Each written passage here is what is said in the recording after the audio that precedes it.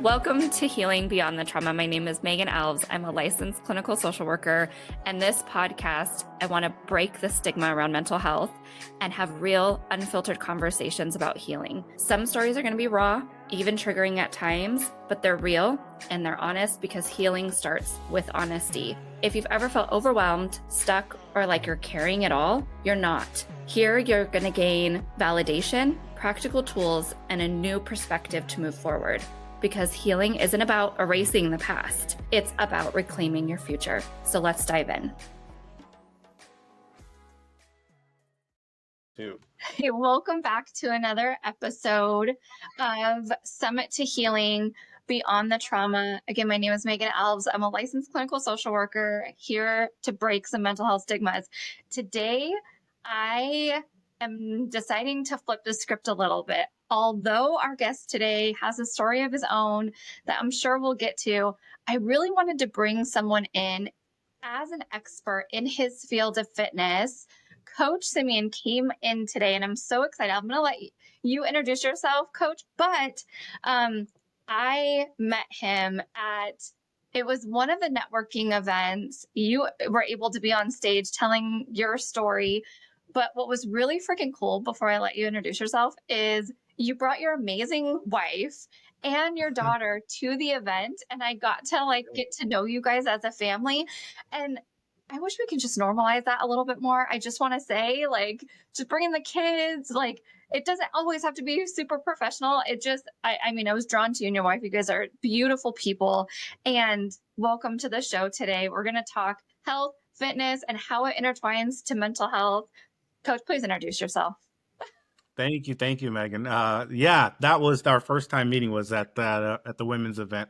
Yeah. I'm Coach Simeon. I have been training for a very long time. I have over 10 years of experience in the industry. I first got my start from working out with my uncle at a very young age. It was just, started as disciplinary action for getting in trouble. We'd have to do push-ups and run laps, and so it was kind of like, that you know, with he it. really, yeah, he helped us out with, my mom was a single mom raising 3 boys. We had a lot of energy. And, one thing that kept us out of trouble was just staying active, playing sports. So my uncle was always there to, he had us playing basketball, and we were always lifting weights. And that was something that I just saw as normal. So, it was just something I never have been away from for as long as I can remember. And it just became an inevitable career for me to make out of being a coach, helping people with nutrition.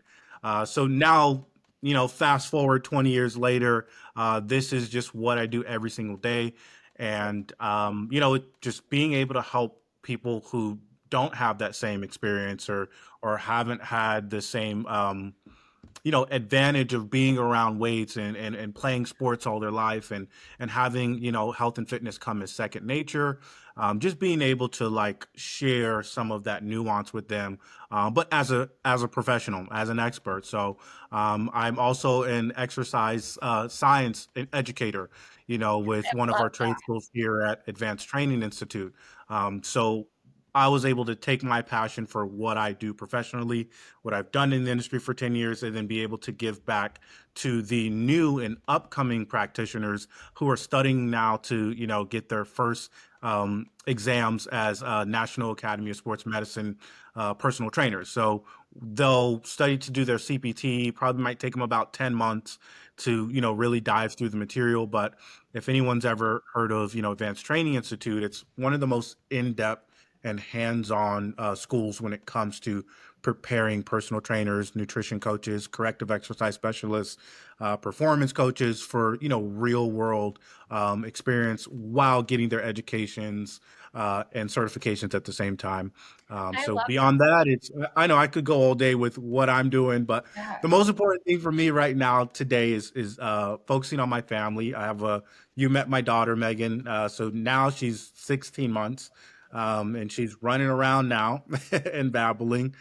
So right now, the most important season of life that I'm in right now is just being present with my family. and making that the priority without, letting other things fall apart, like my standards of health, my standards of professionalism. So that is why this is the perfect conversation for us to have right now. Yeah.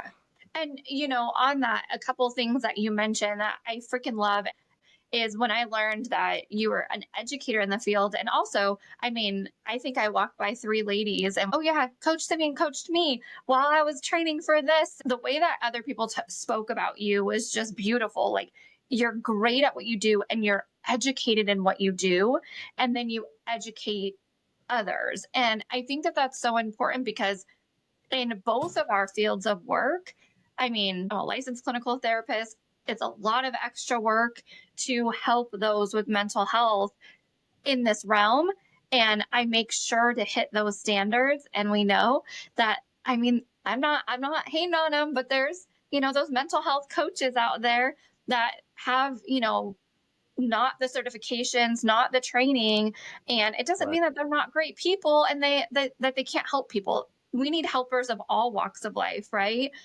But when it comes to fitness and nutrition, especially, when I'm talking about mental health, the training is so important because how many people and how often do we hear, you know, I want to get movement, but I'm too afraid to hurt myself, or I want to do this and I have underlying, health conditions and I'm not sure if it would hurt this. And so, you know, as we talk about all these things and I bring you in here, where would someone who just can't grasp the idea of fitness start, and why would they start? What's so important about fitness, and how would they even get started if they have had zero history of fitness before? Yeah, absolutely. So where should you start? And then I'll tell you why it's important. So the if you are brand new, and or let's say you're either brand new or you're starting over for the 100th time, Yeah. right? So, or even you're consistent and you've been in the gym, you've been following diet, and maybe you're at a plateau and you're wanting to see better results than you're seeing right now. So this message applies to everyone. So when it comes to the standards of what actually pushes you forward, it's starting with habits, right? So Yeah. if you start with just your habits, right? And you focus on making sure that you are in control of what you're consuming, I would say start with that, right? So start Yeah. with if you do nothing else when it comes to controlling your health and fitness, start with understanding what you're putting into your body, what you're consuming, right? So food is the biggest subject, and sometimes it can be something that folks don't want to hear about, right? They don't Right. want to talk about tracking their foods. They don't want to measure, but for the individuals who don't want to measure, I say it like this. If, think about your bank account, think about your finances. If Mhm. you and your spouse are working on creating financial freedom for yourself, you're not going to say, well, I want to create financial freedom, but I don't want to have to calculate how much we save or how much we spend or how much we make. Right. So, Yeah. because I want the freedom of not having to look. Well, that's delusional. That's not financial freedom. So, the same thing with our fitness. If you want food freedom, you want to get to the point where you don't have to worry about the sizes, the portion control, the quantities, the calories, carbs, and fats.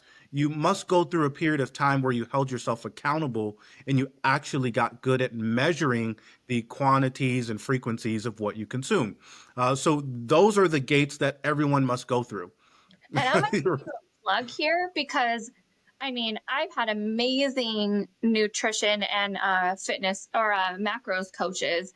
And really, that rebuild of that food relationship, I never understood how important that was. When I learned about my relationship with food and really I did and I had to face how unhealthy that relationship was, but then I learned the tools to be able to rewire that relationship.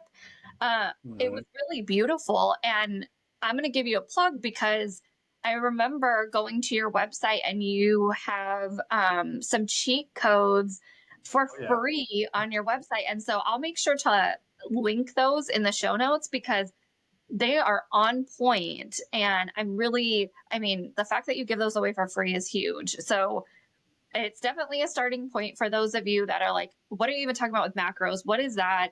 Yeah. How would I even start on that? Like, it would really, no matter if you've done it trying to get back on the train, I think that those codes that you put out is such a great way for anyone who has started. I love that, and thank you so much for shouting out my cheat codes. Right, it has everything in there. It literally answers that question: is, what do you say for someone who's just starting out? What exactly do they need to do? And it goes over the pillars of success. And I'll just share three of the basic ones. Right, the first one, like I said, it's preparation. How do you become prepared? The simplest thing you can do is just take note of what you're actually doing, right? And actually hold yourself accountable. So, grocery shopping, meal planning, a workout schedule, controlling your sleep and wake up schedules as an actual routine. So, just that alone, that puts together the Yep. first pillar of what should I do. Like, you should have a shopping list of the foods that you enjoy, and then just control the amounts you're having, right? And then you should also prepare meals maybe 2 to 3 days in advance at a first step. And if you're not good at cooking, or you don't like cooking, or it doesn't make sense for your life, there's many a meal prep kitchens today than we've ever had before. Oh my So gosh, yeah. order food in advance. When it comes to strength training, if you're doing it a minimum of 3 days, then you're in the game. I say for a lot of folks, start with at least 3 days a week. If you want to see results progressively, sustainably. Anything below that doesn't mean you won't get results. It's just going to be really tough. And then progress yourself to 4 days a week, and then 5 days a week. And I don't think there's ever a time where you're going to need to be at the gym every single day. I've yet to see that scenario. And I've worked with some really high level athletes and coaches, and never have had a coach tell me that I need to work out every single day. So that won't ever be the case. 3 to 5 days a week, strength training, that's a standard. That's part of the first pillar. And then control your recovery, control like your sleep schedule. Like, go to bed within an hour or so of the time you normally go, and try not to, do Friday night at 1 a.m. and then every other night at 10 p.m. So just those things right there would really, really help you have some standards. Once again, they're in the cheat codes. So it'll help you track your food. It'll help you track your workouts and control stress, control recovery.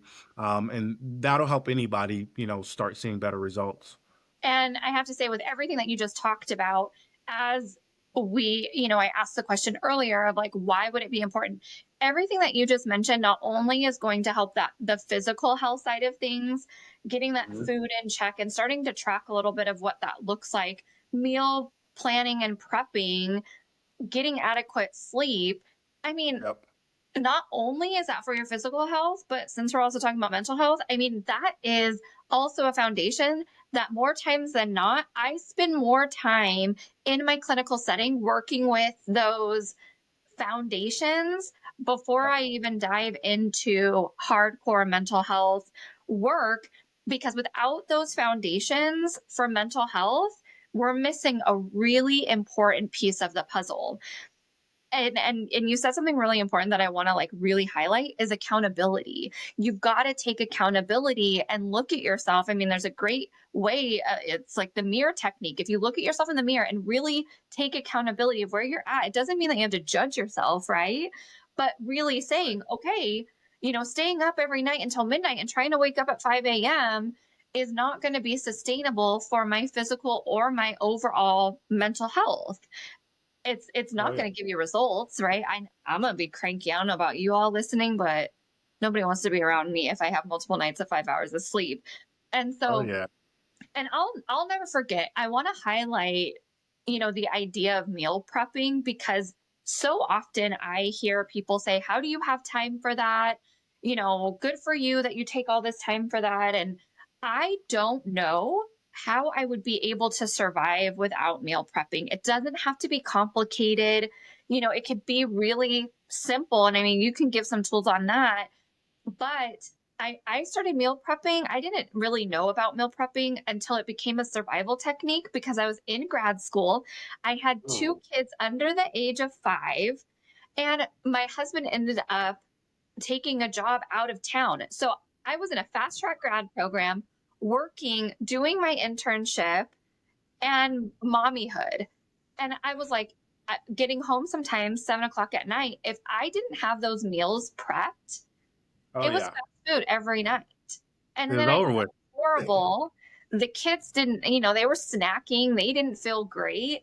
And so Oh, that's when I started learning about meal prep. And it took me time in the beginning to learn it because I mean, it's not easy when you're like, oh, let me create bulk food. oh But yeah.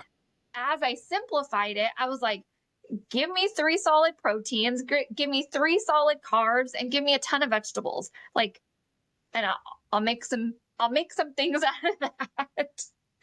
And now, I love that you said that. Yeah, absolutely.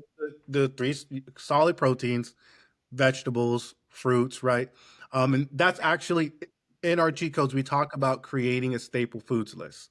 So a staple foods list you can literally hold in your hand and walk into the grocery store and be in and out faster than you've ever been before without having to think about guessing, should I get this or should I get that? And you'll probably end up spending less because you don't get distracted by things that you weren't supposed to get. So that staple foods list, it's pick your favorite proteins. Don't eat the proteins that you think Coach Simeon likes or Megan thinks are good for you. Pick the yeah, proteins that you like. If you hate turkey, don't put turkey on your grocery list. You yeah, know what I mean? You yeah, can't do fish, don't do fish, right? But if you like pork, you like steak, you know what I mean? Pick the proteins that you are fine with buying every single week. Pick the carbs, pick the fats, pick your fruits, your vegetables, and some snacks. Grab your junk food too, right? Because the last thing I'm going to do is recommend you to start a program where we're restricting the things you absolutely love and enjoy. So we'll put together a list of the foods you like. And then from there, we'll go to the grocery store, buy them, right? And then now you're getting in the habit of buying the same foods that you enjoy. And then we're talking about preparing them in quantities that are in respect to your goals. yeah, So we're not gonna have 5 bags of chips this week if it's not in respect to your goals, but we might have two. you know. So right. I love that you mentioned that list of foods. Sorry to jump in on you there, but that's No, what it's all. yeah, and I think sometimes, we're human. We're going to complicate the shit out of this stuff when in reality, the when you realize having the tools and you can make it so simplistic, it actually at the end of the day is going to be a time saver. It's going to be a money saver. Yep. And as we're talking about, like, you know, I often talk about burnout and mental health depletion. You are going to learn how to get more of those whole foods that are going to help your mood and your energy. And then you can start that snowball. So, earlier we talked about, okay, if somebody has never started in fitness, and I often hear, at least when people come to me, and I think you've mentioned it too, is that they're so low on energy. I don't even know Yeah. how I'm going to get the energy to get moving and get into the gym. My energy is just so low. I'm not sleeping good. If that is kind of the narrative right now, what would you say, to help somebody shift that narrative? The I don't even have the energy to put into the thing I know I need to do, which is exercise, right? Right. So, I hear that all the time. Like, look, I know I need to do it. I just don't have the energy to do it. I'm just so tired after a long day, right? We got school drop off, we got lunch meetings, we've got afternoon meetings, and then making dinner or making it on time. So, where do you even find that? The truth is, you won't have the energy when you first start. So if we just the short answer is that you don't have the energy. You need to adjust your expectations. Adjust the expectation of Yes. I want. You see someone like maybe who's just at the gym all the time. You're like, man, I wish I had the energy they had. And it's like that person didn't wake up with that energy in the beginning, but what they did was they put their body through a process of a routine, which Mhm. it was a constant demand of energy on the mind and the body. And eventually, the body and the mind had no choice but to adapt and reallocate its energy and its metabolic process to produce the energy necessary to maintain the lifestyle that you've now put on yourself. So only after an amount of time and consistency of showing up tired, showing up without energy, showing up without the strength to lift the weight, does your body actually adapt and produce the strength, produce the energy to be able to handle the demand. And that's why we are at the top of the food chain, because we're the most adaptable creatures on the planet. All we Yeah. need to do is be in the environment consistent enough and we can handle it. But we just have to stay in the game and don't jump out when it gets too hot or when it gets too cold. Yeah, and I want to kind of like capitalize on that is that we're one, you said we're so adaptable. And so the brain is a really powerful muscle. And so Mhm. when we talk about how to adapt to that, moments that, because y'all, I wait, well, not right now because I'm healing, but I'm a 5 a.m. gym person. I can tell you that that took a long, painful in the beginning process to set my alarm and wake up at 4 a.m. to be at the gym working out at 5 a.m.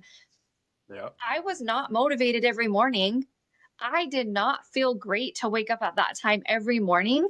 But you said something really important, that consistency and maintaining that routine is how we start to gain the momentum. Now, what would you say? Because we've all been here for our fitness people that we're starting to get consistent and staying consistent, but we're not seeing the results. So, my old thought process patterns of like, what's the point of this? Or I'm not seeing much, shift. What, Yeah. what pieces of advice would you give? My best piece of advice, and this may sound redundant because um, my best piece of advice is accountability, and I'm going to show you what that actually looks like. I hope I can create an abstract. I know we think of when we think of motivation, we you can't hold motivation in your hand. You really can't, but you can hold accountability in your hand. You can literally hold a sheet of paper that holds an account for everything that you do or did that pushes you towards the goal that you have, right? So when we talk about doing the work, I'm doing all this work, but I'm not seeing the result. Okay, first get clear on what the result is that you want, right? Here's the result I want. Let's just say weight loss, right? I want to lose weight. I think everybody can agree that more exercise and a little bit less food than you currently are at would achieve weight loss, right? So when we talk about that, now we know what the standards are in order to achieve that goal. And then we can say, okay, what does more exercise look like? Under the more exercise category, what's the more exercise that you are willing to do that you're not doing now? Whether it's an extra day of movement, or it's an extra hour or an extra amount of repetitions, right? And then when it comes to the food, how much are you currently consuming? Whatever it is not letting you lose the weight you want to lose. So let's just scale down a little bit, 100, 200 calories, 300, whatever it is that you're comfortable staying with. And then we say, okay, what does it look like when I do adhere to, moving more and controlling my food? So having that accountability, every week you can check on what you did with your food, what you did with your exercise. Also, the other big piece we talked about earlier is for the individuals that think the scale is the only way that they can see progress, right? So if you are weighing yourself as a form of accountability, right, you can see your weight. Another thing I highly recommend is measuring the circumference around your waist, right? Yeah. So if we measure the circumference around our waist, we take pictures regularly. You can do it once a week or once every other week, right? Or once a month. If you take pictures regularly, if you measure the circumference around your waist, and you're also keeping track of how much you're able to do when it comes to exercise, Yes. you can see that even though you think, oh, why am I putting in all this work? I'm not even getting the result, Yeah. right? Well, if the only result you were thinking of was seeing a couple pounds go down the scale, but then now you're seeing an inch or 2 inches go down around your stomach, you're seeing that you can stay on the treadmill for an extra 5 minutes without getting tired. You're seeing that you can lift an extra 10 pounds without getting fatigued. you might be able to say, well, actually, I am seeing results. I am seeing progress. And even though it wasn't what I anticipated it would be. So that's what I would say is accountability. Make sure it's something that you can objectively look at, hold in your hand, and that'll help you overcome that idea that you're doing all this work and you're not seeing results. The other end of that is that you just people, yeah, maybe 2 days ago, a young lady came to me and she was like, Coach, can you send me some exercises that you think would be good for my abs or my stomach? I'm not seeing any changes. I've been doing cardio every single day. What exercises do you recommend? And this was just a random inquiry, DM message in my inbox. So I'm like, oh man, someone told me they're exercising every single day and not seeing results. I get on the phone with this person a couple days later and come to find out that they've been doing cardio every day for the last 2 weeks.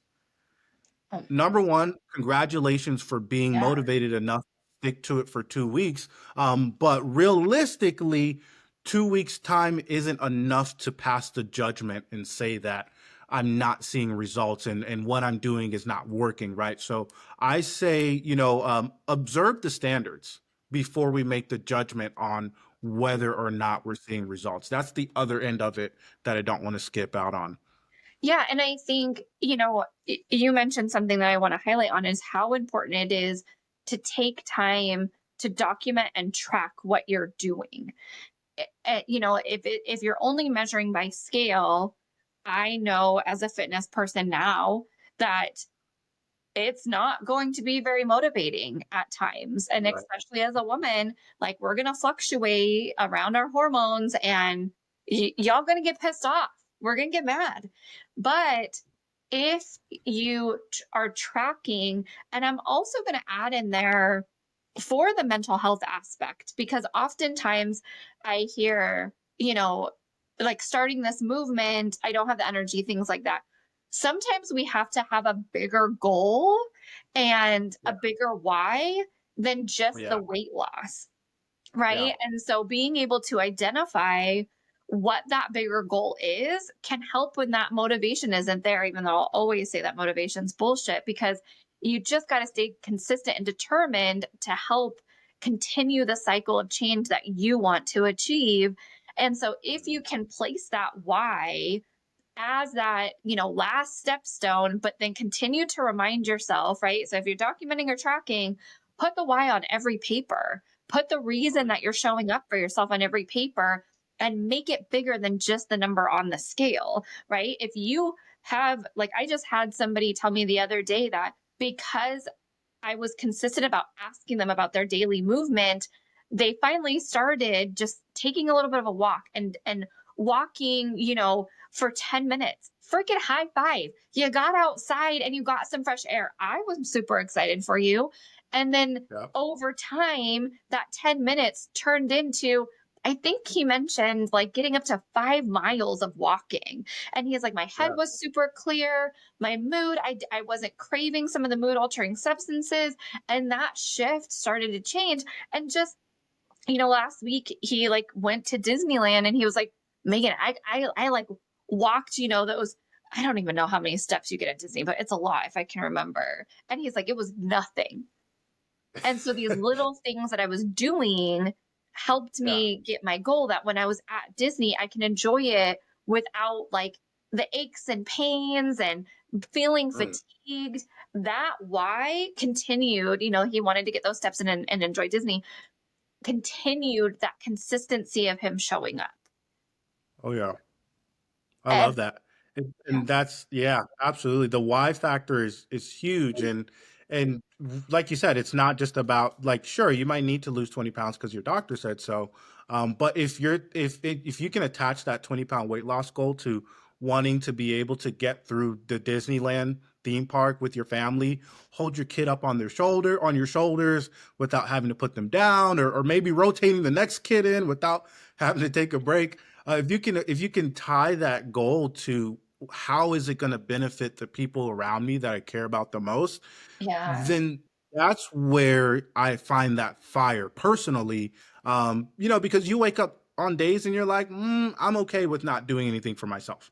I've had yeah, enough. of self-service. I'm all right, right? But I think naturally, I trust in the greater good of humanity that we go to bat harder for others than we do for ourselves.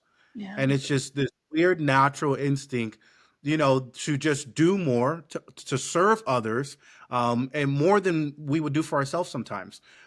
So if you're thinking about, okay, I'm showing up as a better dad, I'm showing up as a better husband, I'm showing up as a better professional for my clients. If you're thinking about how you're going to serve those people better who depend on us, then that is, for me personally, that's a huge why, Yeah. is knowing that that's who's getting the benefit. And I might get to see 20 pounds move on the scale, but I know that it's going to create a larger impact on others' lives.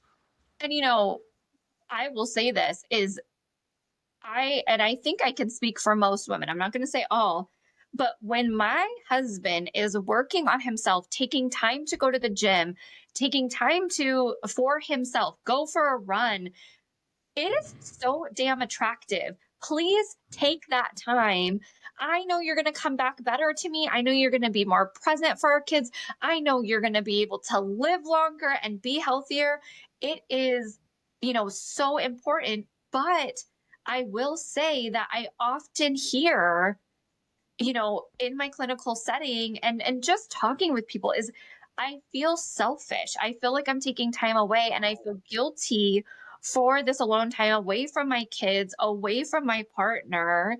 And some people don't have the dynamic that I feel so immensely to have with my husband, where both of us are like tag team. You go get your workout in. All right, you come back. I'll go get my workout in and you go do your thing.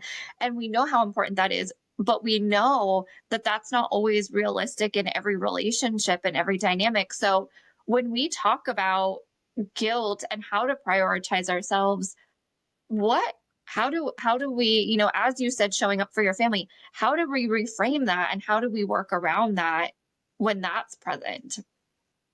Yeah, absolutely. Give me just a second. Let me hit this button here. Yeah. I should have said to everyone listening today that we are both parents, and Coach Simeon is in the season also of like the Oh yeah. toddlerhood. She's starting to walk, and she was in the room, and man, she's quiet. Did she finally fall asleep? Yeah, mommy came in and saved the day, and yeah, so she's working as Yeah. well. So our office is it's slash office slash Willow's playroom, and it's a matter of just trading shifts. It's a pretty dynamic Oh, I environment. love So it. he just got off of a call, then I get on a call, and then Willow's in between. Sometimes she's in the garage with me and my clients working out, and then sometimes she's up here. But then we're just doing the best we can to run in there. But mom stepped in and she would much rather take a nap in mommy's arms than mine. So that worked out well. But yeah, back to what you were saying. Yeah. So helping clients drop the guilt Yeah. around prioritizing their health, right? Yeah. And I just do that way too often. And more so, like growing up in a culture, I grew up in a culture around lots of single moms.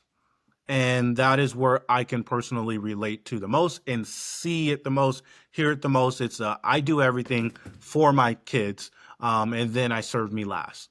And Yeah. that's what I think of when I think about the guilt of prioritizing your health.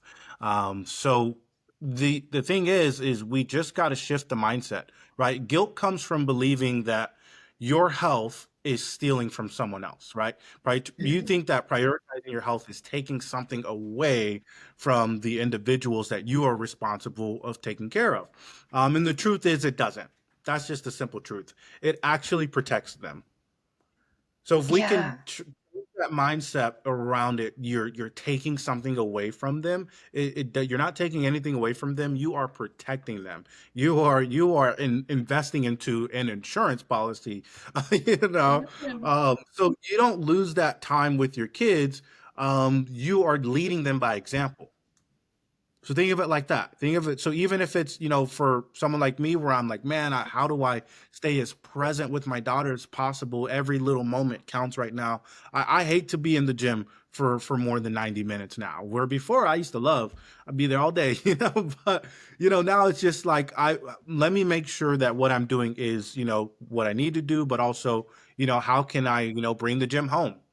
How can I work out at home? How can I have her be there with me? So then, boom, we got a gym at home, so Yeah. I can work out there more often, even though I don't get to be around the fellas and the homies. But just having that balance and knowing that if I'm leading by example while prioritizing my health, then I am doing something for them. I am giving them something. I'm giving them a healthier dad, like you said. I'm giving them protection. I'm giving them the opportunity to see, a healthier environment and someone with more energy, someone with better health, better mental health. So all the benefits that are happening to me personally, they become a co-beneficiary of, just by proximity.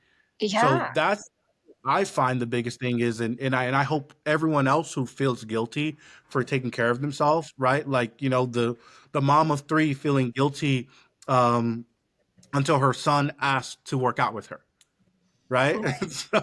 And I saw you posted a video of your son working out with you, and I thought about our, community of moms who, feel guilty for working out and not being with their kid until the kid wants to be there while you're working out, and it's like, boom, the stars have aligned. Yes. And it's not always like that, right? Like sometimes my kids are like, no, I want to do my own thing, or no, mom, I don't want to work out. I'm not going to push them.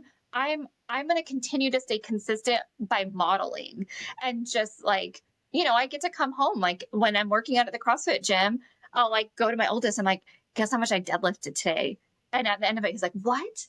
And I'm like, yeah. And Mm. then, weeks later, he's like, hey, mom, what was your heaviest deadlift? Because I just went and deadlifted. Like, he is trying, and I'm like, bro, compete with me, please. Like, be better than I ever was. And it's so cool to have those conversations. But, kind of going back to a couple points that you said about shifting that mindset, um, because that mindset is really powerful. And when we have the narrative that we're actually taking away, then the patterns and the behaviors and the habits are going to fall along with that. And you mentioned those habits before, that if we can check in with those habits, it's so important. So then we can learn to, gain new habits and act in different ways. But if that mindset is staying in that negative zone, that I'm taking away from them, or I'm being selfish with my time, or I don't know, like I like sleeping till 9. So if I wake up earlier than that, I'm grumpy. Well, whatever mindset it is, if we can learn how to shift that mindset in a more giving stance or a better role modeling, and you said leading by example, right? Like what are we showing our kids when we don't choose our health? And Mm. so if you can honestly ask yourself that question, I think it's really important. And also, if if you have a part, because I'll say, like, my husband was the one that absolutely motivated me when it came to the gym. I The one class I failed in high school was PE. Oh And so people no. are like, have you been a fitness person? Like no, I haven't. Yeah. It wasn't something that I really grew up with. It wasn't something I was around. I was not about to dress out in high school, so I failed PE. It was like the one time my parents ever got called to school, and my dad was like, "Are you freaking kidding me?" I'm like, "I'm not dressing out."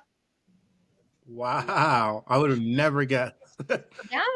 And, as my husband and I, started dating, and then even as we got married, he would, he was so freaking consistent with working out. He would wake up and I would stay asleep. I'm like, have fun, dude. Like, I don't know why you are so crazy that you got to wake up at 5 a.m. to go work out.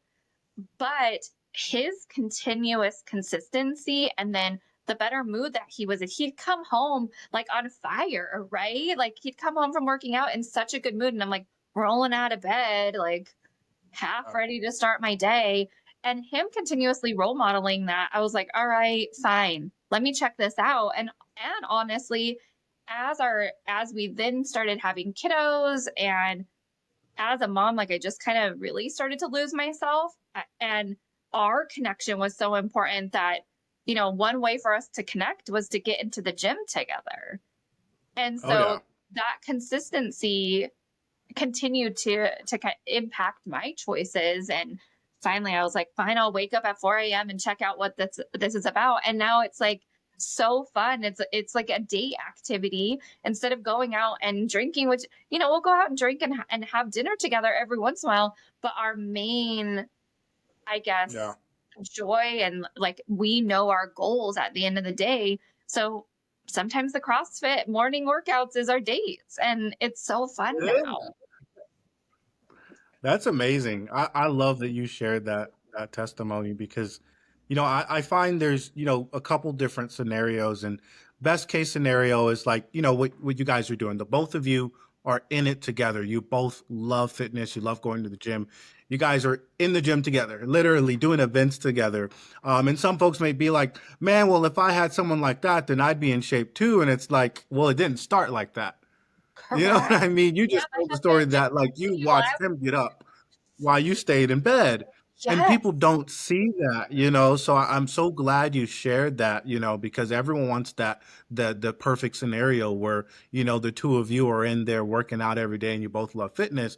But no one, pays respect to the scenario where one spouse is really into it, very active, and then the second spouse is supportive, but just not necessarily in the gym spotting them supportive, right? So Right. supportive, like you go, honey, I love the way you do that. I love the energy you have when you come back, and I want you to do that because there's other scenarios where you have a spouse who's not supportive, where Right. they're speaking negatively about what your journey is or your goal, or they're like, I don't know why you're doing all that. It's not worth it. Oh, well, why are you going to the gym? We were eating pizza at the cookout last weekend.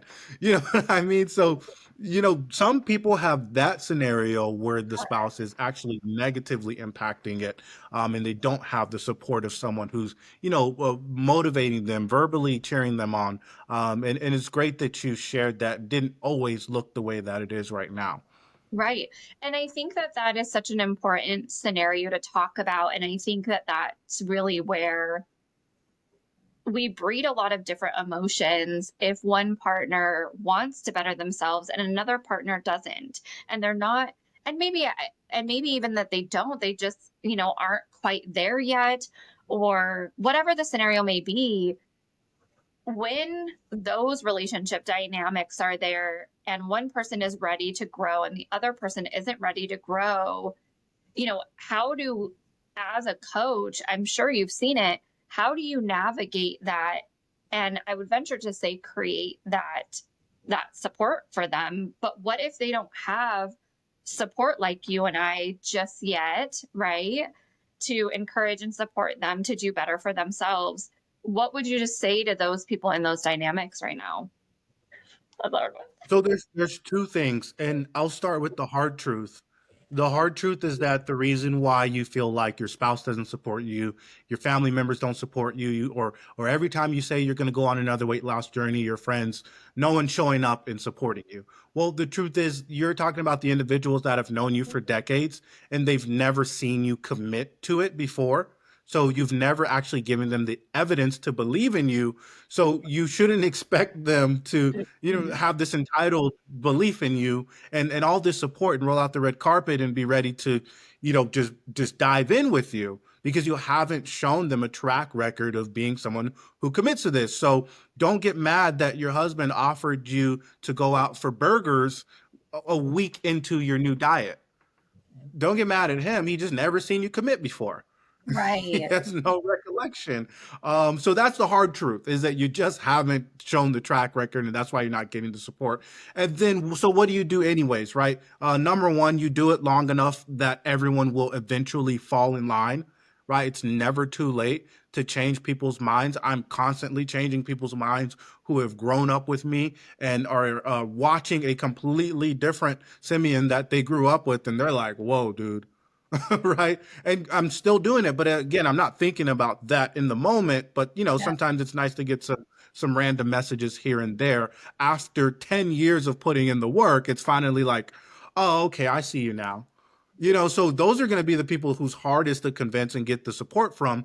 So what I recommend is get around people who are doing it, right? So even if you do have that scenario where you have someone who's not supportive and maybe they're discouraging and maybe you might have negative voices around you. People always want to invite you to drink. They never want to eat anything healthy. They never want to come to the gym with you. The friends you have, nobody wants to come to the gym. Nobody wants to eat something healthy.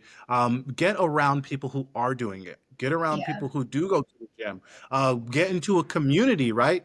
We That's why I created the SimFit Wellness Facebook group, right? So that you could be in a community of other people with similar goals who are working towards the same thing you're working towards, and we can share our wins, we can share our challenges, and we can share our solutions and what's working. And now you're a part of a community where people have similar interests and goals, and this creates a support that you may not have at home, in your workplace, or in your social group. So that's my immediate solution in that scenario, as well as the hard truth to go with it.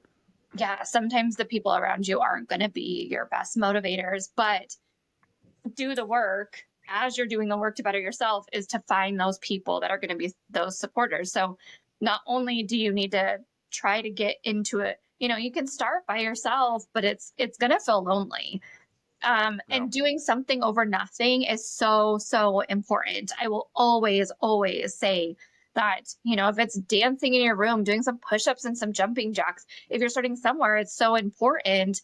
And then eventually taking the steps when you're ready, it may not look the same of like finding a gym, but maybe it's finding an online community for those that are struggling just as well in other capacities. And that was going to be another question I asked too, is that, oftentimes if we get that change momentum and then as we know, life happens, right? Stressors are going to Mhm. happen. That's an inevitable. I won't say always, very often in therapy or in any type of support system, but we know stress is going to happen because it's just life.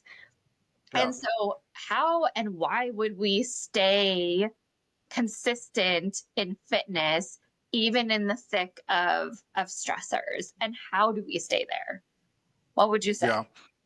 Well, I'll start with the why first. The reason why it's worth it is because again, it's an investment that you're making, right? So you are investing into something that will pay off. It has a very high return on investment. It has a huge ROI, taking care of your health, right? So Yeah. the reason is, why is it worth it to do it when it's hard? Well, why did you stay up all those nights when your child was an infant and couldn't feed themselves and couldn't put themselves back to sleep? Why'd you do it? Why didn't you just let them cry and go back to bed? Clearly that was something that was important enough to you, right? Why do you keep cleaning up the dirty diapers? It's important enough to you, right? So and it pays off to see them growing. It pays off to see them talking and coming to work out with you and graduating school and eventually hopefully, give you some grandkids. Right. So that's a huge return on investment that I don't think that I have to convince anybody that it's worth it.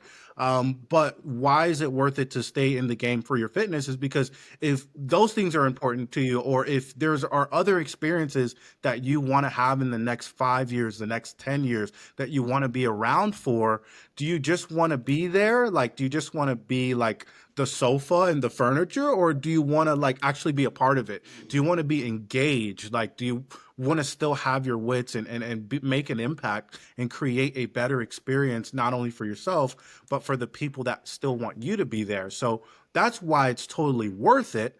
In my personal opinion, I believe it's worth it because I don't want to just turn 50. I don't want to just turn 80 or 90.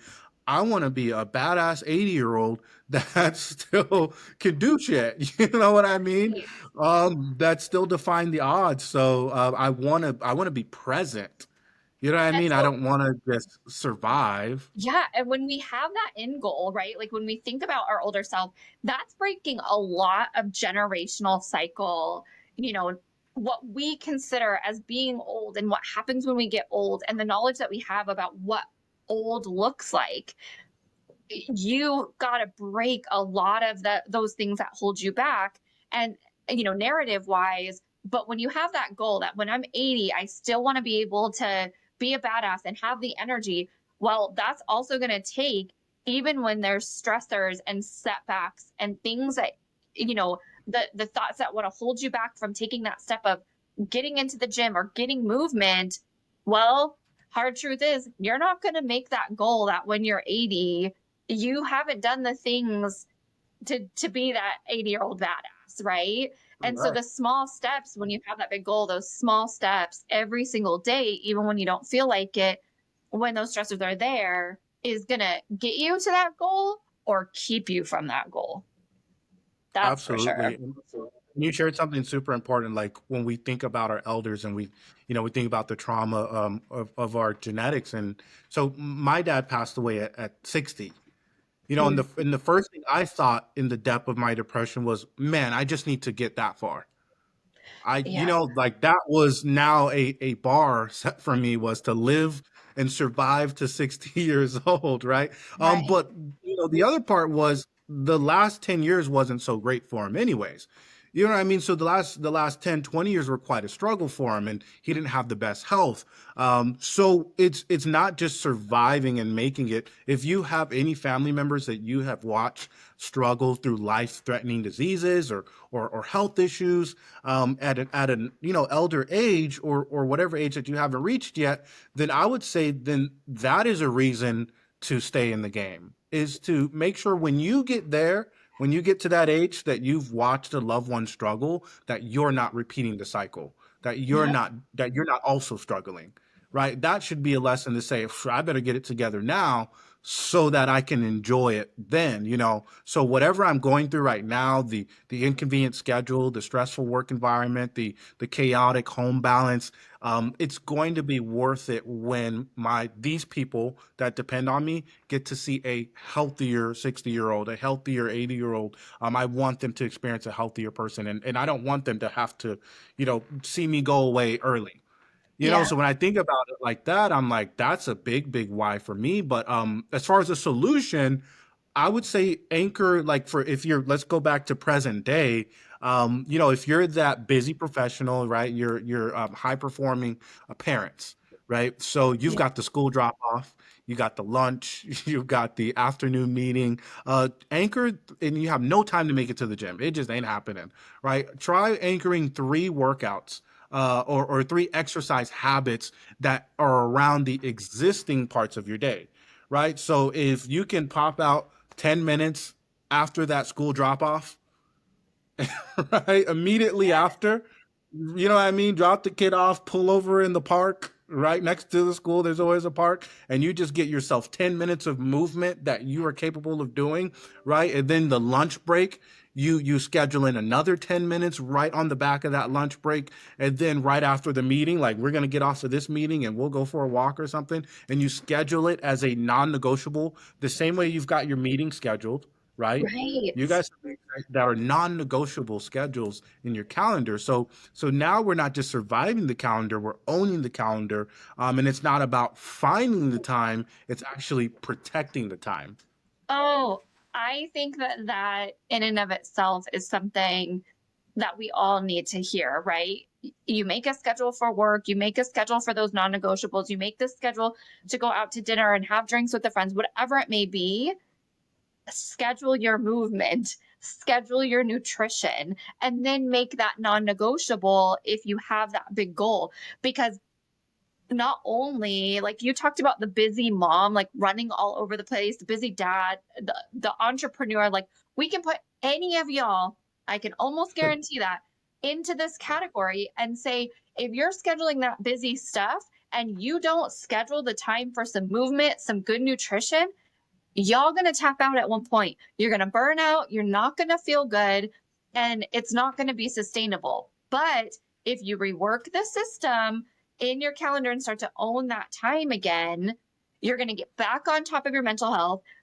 I can tell you that 10-minute break, I remember specifically starting to do that for myself as a parent and a new parent, and it was altering to my mental health. I got some fresh air, I got some sunlight. The kid got, even before pickup and drop off time, the kid got to run, get that energy out, and the home environment shifted. I was able to tolerate Mhm. some meltdowns way better. I was able to, get my mind a little bit clear so that I can show it better for them and better for myself. And so making sure, even if you don't have the schedule, to create a bit of a schedule and then make you non-negotiable to it. And I think Yeah. that everything that you've said today, just wrapping it up on that note, is there anything else that you feel like our listeners really need to hear when it comes to fitness and mental health? Anything that we missed? Yeah, I'll cap it off with just saying that fitness isn't about perfection, right? So it's about showing up in the middle of real life, not waiting for it to calm down. So that being said, we have to stop chasing optimal. And optimal is a word that's been thrown around a whole lot. Like we all want the ideal setting, right? And just start aiming for what's possible. Choose what is currently possible within your reach, and don't worry about, well, in the best case scenario, I would eat at this time of the day and I'd have this type of fruit and I'd have that type of workout. Start with what you have within arm's reach, right? And then, because we're looking for sustainability, we're not looking for another 90-day streak, we're not looking for another 6 month hoorah, because what's 6 months to the course of the next 10 years, right? So if your real goal is sustainable health, then I'm talking to you right now. Yeah. So think of it as staying with something that's fluid, forgiving, and flexible. As Mm. much as we talk about the standards, right? Understanding what actually drives the needle forward in the direction you want to go. But just make sure you start with what is at your level. Make sure it meets you where you are. Don't try to do something that is above your head, because then it's an easy crash course burnout. So like, for example, like a client who was recently going through a loss in the family, back to back funerals, and almost, it's just a season for that right now. We're Yeah. just not in the season. So her win was just showing up twice a week, and that was enough. And that's Yeah. huge, right? Celebrate those wins. Yeah. Yeah. So I say just create a bare minimum. Know what season you're currently in, pay respect to the season that you're in, and then find your bare minimum. And if all you did this week was walk and hydrate, then you're winning. If Yeah. that's the season you're in where, hey, look, I can hit my water goal and I can hit my steps, and but right now that's all I got. That's not someone who's quitting. That's someone who's staying committed through the Mm. chaos, staying in it, instead of saying, oh no, I'm completely checked out. So that's the best thing I want to share with you guys. If you take nothing else from what you've heard today from me, is just understand what season you're in and pay respect to the season you're in. Find the bare minimums of what actually is helpful, and then maybe you can only handle these two little deposits right now until you get to a season where life allows you to make bigger deposits and more frequent deposits. So start where you're at right now. Yeah, I love that. And, for those of you that are still listening right now, you are worth making the time for your fitness, for your nutrition, because it's gonna, like you mentioned, the ROI, the return on investment, is going to be huge. And I love how you use that analogy of making those deposits. Small deposits are better than no deposits, and they add up over time. And using that like analogy of our bank account is just so beautiful. So thank you for all these tips today. Thank you for giving us, just a bigger insight of why, overall health is just so important for our mental health. It was so good to spend time with you. You and I both know that we could sit here for hours and try to Right. convince any of you all listening of how important it is to get your movement and your nutrition for yourself and work on your mental health. We could talk about it all day, but we'll cap it here. And thank you for those listening. If this resonated with you, please share it. Help encourage those that you love around you to make their health a priority so that they're here longer with us. And I hope you have a great day, Coach Simeon. It was so good to see you. Have a great day. Thank you for having me, guys. Appreciate it.